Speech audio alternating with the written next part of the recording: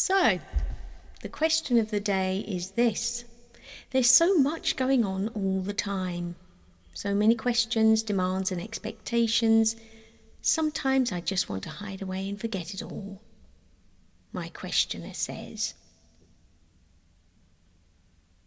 And today we're looking at George Eliot, the pen name of Mary Ann Evans, who wrote during a time of immense change, the Industrial Revolution. She was highly acclaimed for her depictions of that change. As you know, in the audiobooks at the moment, I'm reading Middlemarch is the one that I have selected. And she is quoted as saying, "If only we could register all the sounds of life, we would lose our minds. If we could register or truly register," I'll say that again. She is quoted as saying, "If we could truly register all the sounds of life, we'd lose our minds." And this being the Female Stoic podcast, we are very much focused on being aware of the external forces, the external voices, messages, and things that we expose ourselves to every day, and being mindful of exactly what experiences we're having and what we choose to let in. So she is writing, or was writing, should I say, at a time of immense change. So there are many, many external forces attacking her inner peace all the time. And we're going to just look at that now. This was the Industrial Revolution. It was overwhelming. It changed rural England to such a degree that it was almost unrecognisable from what it had previously been. So to have been alive in that time and been used to this rural backdrop and the communities and the ways of being, and suddenly everything is dispersed and associations are disbanded, and there's a huge move from the country to the towns and the cities. So that would have been a lot to deal with. If we look at what happened during the Industrial Revolution, you've got the first silk factories, you've got the flying shuttle invention for the production of wider fabrics, you've got the importation of raw cotton from overseas, you've got the first canal, the Bridgewater Canal that's opened, the invention of the spinning jenny to produce cloth much quicker, you've got the new steam engine and the introduction of steam-powered railway locomotives and steamships, steam that can power the new massive mills that was suddenly erupting in every town. You've got the introduction of much machinery that is now threatening the skilled crafts of the textile workers that were originally located in these smaller areas. Suddenly their livelihood is threatened. So you've got this introduction of rioting against this machinery, represented by the Luddite movement. This backlash, these craftsmen who have been put out of work, they are going to obviously rebel against that.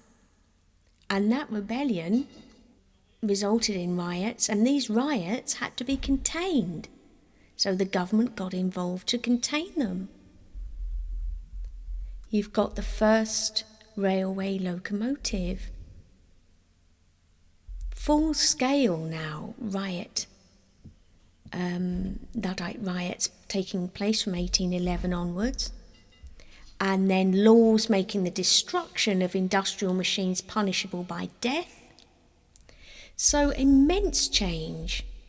You've got the invention of safety lamps for miners.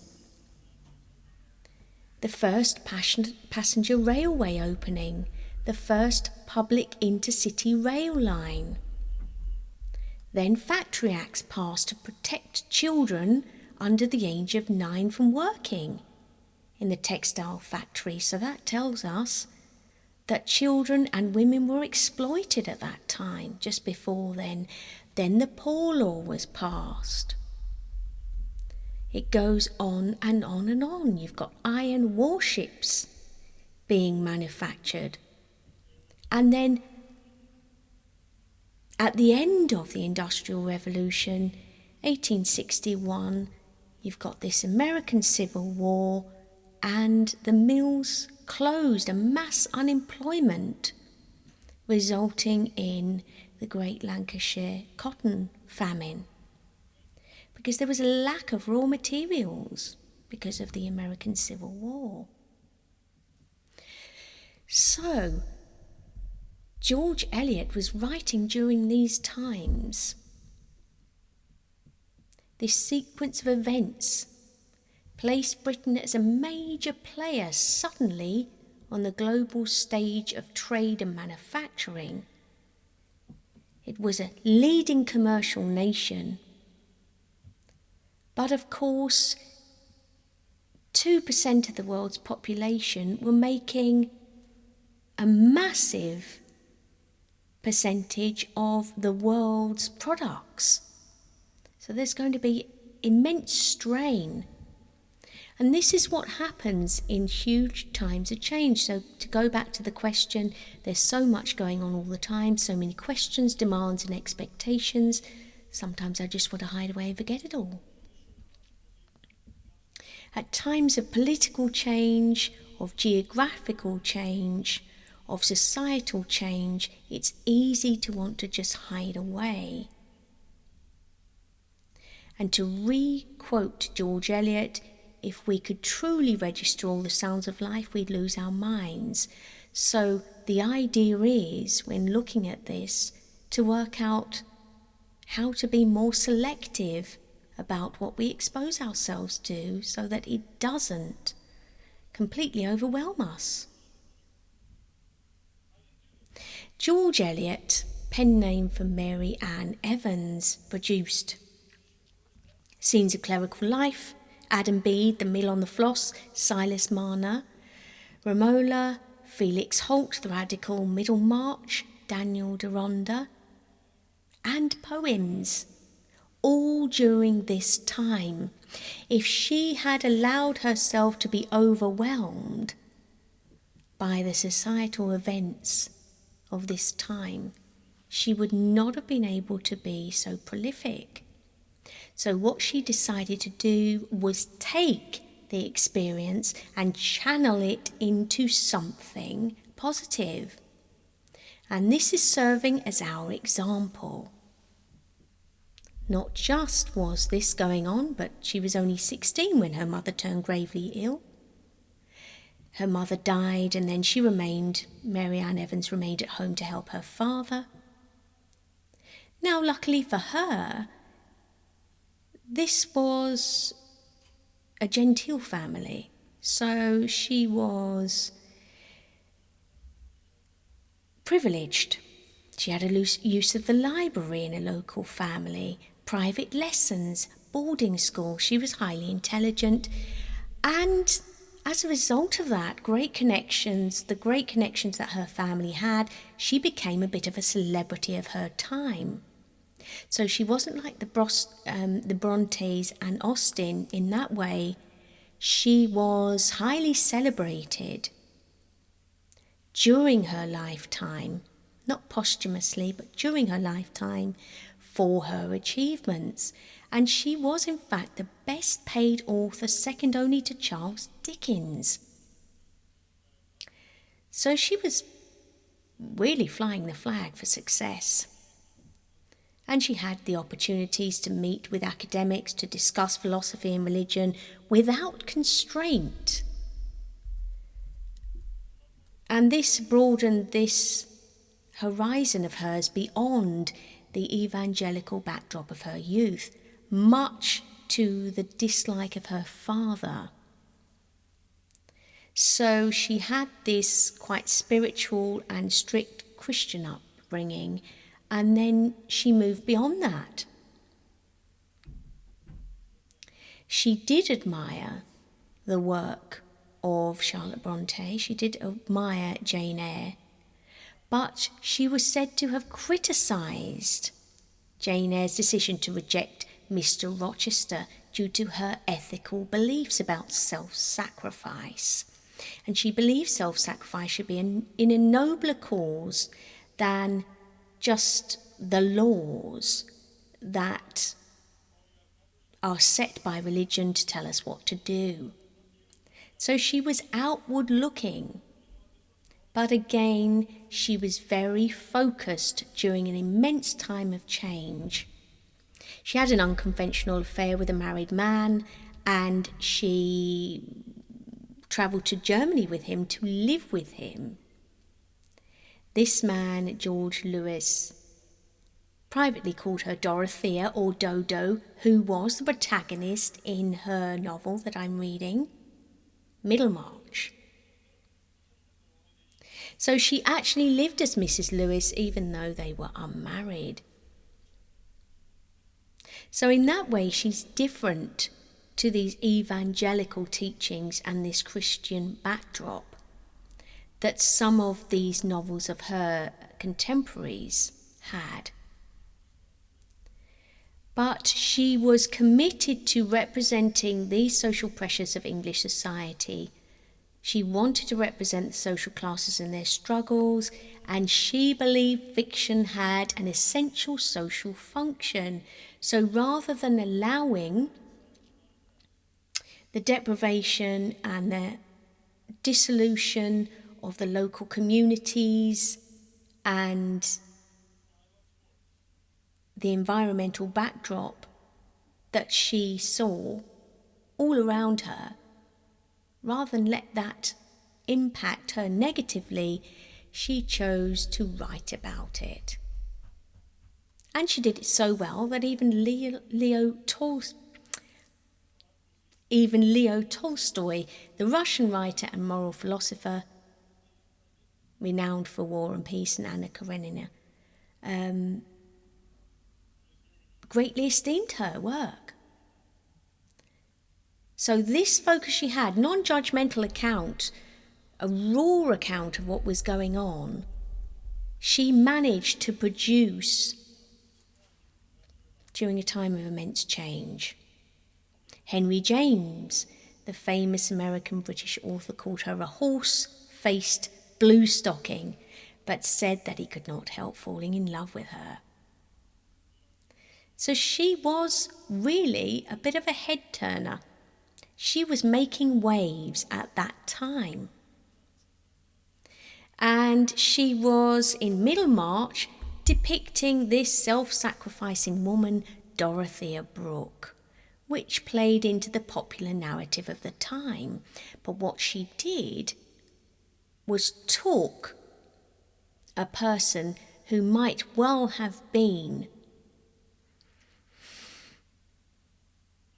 beaten by life, by the experiences that she was exposed to and what was going on around her, and the expectations put upon her, and she freed her through her novel. So originally, if you don't know the story, Dorothea marries a man 27 years her senior, Mr. Casaubon. She believes him to be her superior, but she quickly realises that he has more ego than intellect.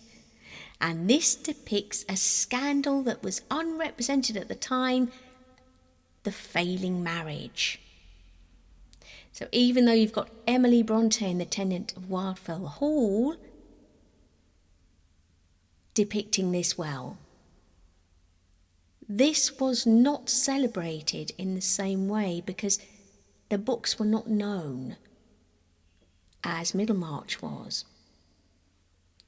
As I say, Mary Ann Evans was a bit of a celebrity. So she's disappointed, essentially. Dorothea is disappointed and she realises, this is not all that it was cracked up to be. And then Mr. Casaubon being 27 years her senior, eventually he dies, but he realises that this friendship, that unconventional friendship she has with a local, Mr. Ladislaw, is a little bit more than just that. He suspects there is a love interest there, and he adds a codicil in his will that disinherits Dorothea if she marries Ladislaw after he dies. So now we've got this dilemma. Dorothea has a dilemma, and she doesn't know whether she wants to stick with this inheritance, value the wealth and property and stability that the now dead husband, Mr. Casaubon, has left, or reject it in order to realise her virtue and what she really wants, which is to be intellectually challenged and committed to somebody who does that for her, which is Ladislaw. This Middlemarch was episodal, so it was like Charles Dickens' work, that it came out in episodes every week, which produced a sustained interest, as readers would eagerly anticipate each episode. And its popularity was due to this realistic representation of the changes that rural England saw. Okay. So there is so much going on in her experience and in the books. There are so many questions, demands, and expectations of her. And to go back to the question, this is what the questioner says. There's so much going on all the time, so many questions, demands, expectations. Sometimes I just want to hide away and forget it all. So we're looking at Mary Ann Evans, pen name George Eliot, and we're seeing that it is possible to channel that, to channel those external forces into something positive. And this is how we relate this to our journals. Now, as you know, every week we do a journaling exercise. And I don't have my journal to hand. But if I did, I would be able to show you that in this week, I have decided to focus on this dichotomy of control, this idea that everything that's going on around us, we don't need to ignore that, but we need to take elements of that and use it and channel it into something positive that we can use creatively. So our task today within our journal is to write down something that is an external force, something that's happening outside of our power of control, that we can actually use as inspiration to create something, whether it be in a narrative, maybe it might be a creative piece of work, it might be something that's inspired us to try something new ourselves, it might be something that's inspired us to do completely the opposite because we just can't believe that what we've just experienced is happening. It's a reflective journal task this week to write down something that has inspired us to take action, be it positive or negative, and then underneath write down what that action was. Our minds can only handle so much before we become overwhelmed, so it's our job to filter out the extraneous information. If we're sensitive to everything around us all the time, we're not protecting our inner peace. George Eliot said, "What we call despair is often only the painful eagerness of unfed hope." And this quote comes from her novel Middlemarch. It's suggesting that what feels like despair, what feels like overwhelm and, oh, I'm never going to be able to cope with all this, is actually a deep desire or longing for something that has not yet been realised or fed. Okay? So, despair in this instance is not a complete lack of feeling or will, but it's an intense, uncomfortable emotion stemming from this unsatiated desire for a better future or desired outcome. We want something good to happen, but we've not given it the means to be fulfilled, so we are focusing on all these different things that are going on around us. And my message today is to take one of those things and use it in a positive way. Whether it be to create action that is as a result of being shocked by what we've seen, for example, or being inspired by what we've seen, or wishing to reject what we've seen, we can turn that into positive action. Suffering comes from wanting something so badly, the waiting and the inability to achieve it become a torment. So, if we are allowing everything in, if we are allowing ourselves to be overwhelmed by everything, we are wanting desperately to shut it out, but we are overwhelmed and feeling unable to do that. So instead, if we spin it round and we say, well, do you know what? Actually, I can use some of this, and the rest of it, I understand I have no control over whatsoever, so I'm just going to reject that. I'm just going to ignore that. A good example of this is choosing, when the radio comes on, to switch off the adverts, to switch off the news, to edit the experiences we have so that in our quiet time, our downtime, our time we have where we can choose, we make the effort to reject our exposure to those external influences.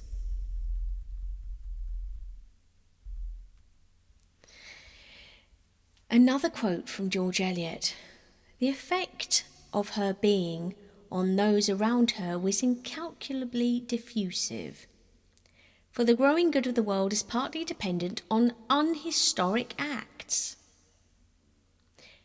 I'll repeat that. The growing good of the world is partly dependent on unhistoric acts.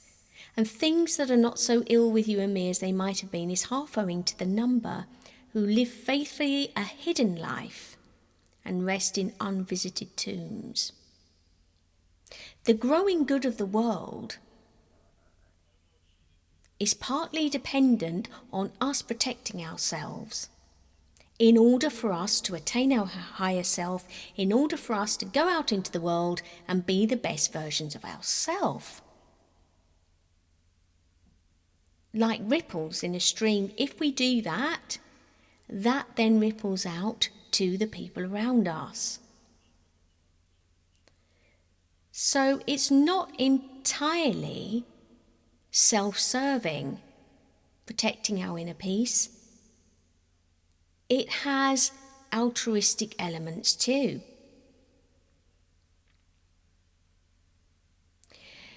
She said in Middlemarch, "Goodness is of a modest nature, easily discouraged, and when much elbowed in early life by unabashed vices, is apt to retire into extreme privacy." Goodness is of a modest nature, easily discouraged. So we begin as children with a clear sense of our virtue, of what we represent. We are much elbowed in early life by unabashed vices. So these external forces are attacking us all the time, are encouraging us to turn our head, to take different paths. If you can imagine being alive at the time of the Industrial Revolution, you've got so many things going on, both socially, politically, environmentally. It will be very easy to be distracted by that. And perhaps make choices that affect your inner peace. So many things you cannot change. So what our job is to take some of those things that we can work with and leave the rest behind, which is what George Eliot did. She used and made accounts of the societal changes to her benefit. And she did that with a clear and balanced vision. So she wasn't coming from one extreme place or another. She tried to create a balanced account of what was happening, a non-judgmental account. So the message today is to create our own reality. Be mindful of the messages that we're exposing ourselves to. We can dictate our own narrative, but this does involve building our inner citadel and keeping the walls strong. Now, as you know, the Stoic philosophy emphasizes that external events can't truly harm us without our consent, so we remain secure in our inner world, which is governed by our judgments and will. This is our true domain. Okay? These are the messages from Marcus Aurelius, Epictetus, an unshakable fortress of the mind, built through constant practice and reflection, allows us to find tranquility and react rationally to adversity, rather than being reactive emotionally, understanding things are going to attack us, things are going to affect our inner peace, but only as much as we allow them to, and we don't have to react immediately to that. We have to create the pause. As I always say, the power's in the pause. Create a distance from what's happening around us and us ourselves in order to rationally make sense of that. Everything is a matter of judgment, Epictetus says. Our experience of an event is shaped by our internal interpretation and reaction rather than the event itself. The mind freed from passions is an impenetrable fortress, said Marcus Aurelius. So this unassailable stronghold that we have cannot be ruled by irrational emotion and desire. We have to create space between that. Doesn't mean we're not going to feel things. Imagine growing up in a village and suddenly the backdrop of the village is completely changed. People are moving away, things are happening. Suddenly the craftspeople around you, their livelihood is threatened because you've got this huge uptake of machinery and development of steam power. It's going to create fear, it's going to create anger, it's going to create rejection. And within that, it's up to us as individuals to say, how do we cope with this? How can we manage? Let's pause and let's think rationally about what we should do as a family in order to survive. And going back to the question, being overwhelmed by everything that's going on around it is still relevant today. It's always relevant. That we can find something positive, some means of growth within change, and reject the rest of it in order to maintain our inner peace. Do what you must, let happen what may, said Marcus Aurelius. So whatever happens and whatever's going on, we have to some degree, accept external events as predetermined by nature or fate. We have to understand that that's going to happen. That's a natural development. And we're going to have to work within those constraints. But we are not going to allow them to break us. Our job as Stoics is to maintain our inner peace. So work with what we've got, we will. Accept to a degree, we will. And protect, we certainly shall. And on that note, I'm going to sign off. Thank you all so much for coming. And I shall see you next Friday. Bye.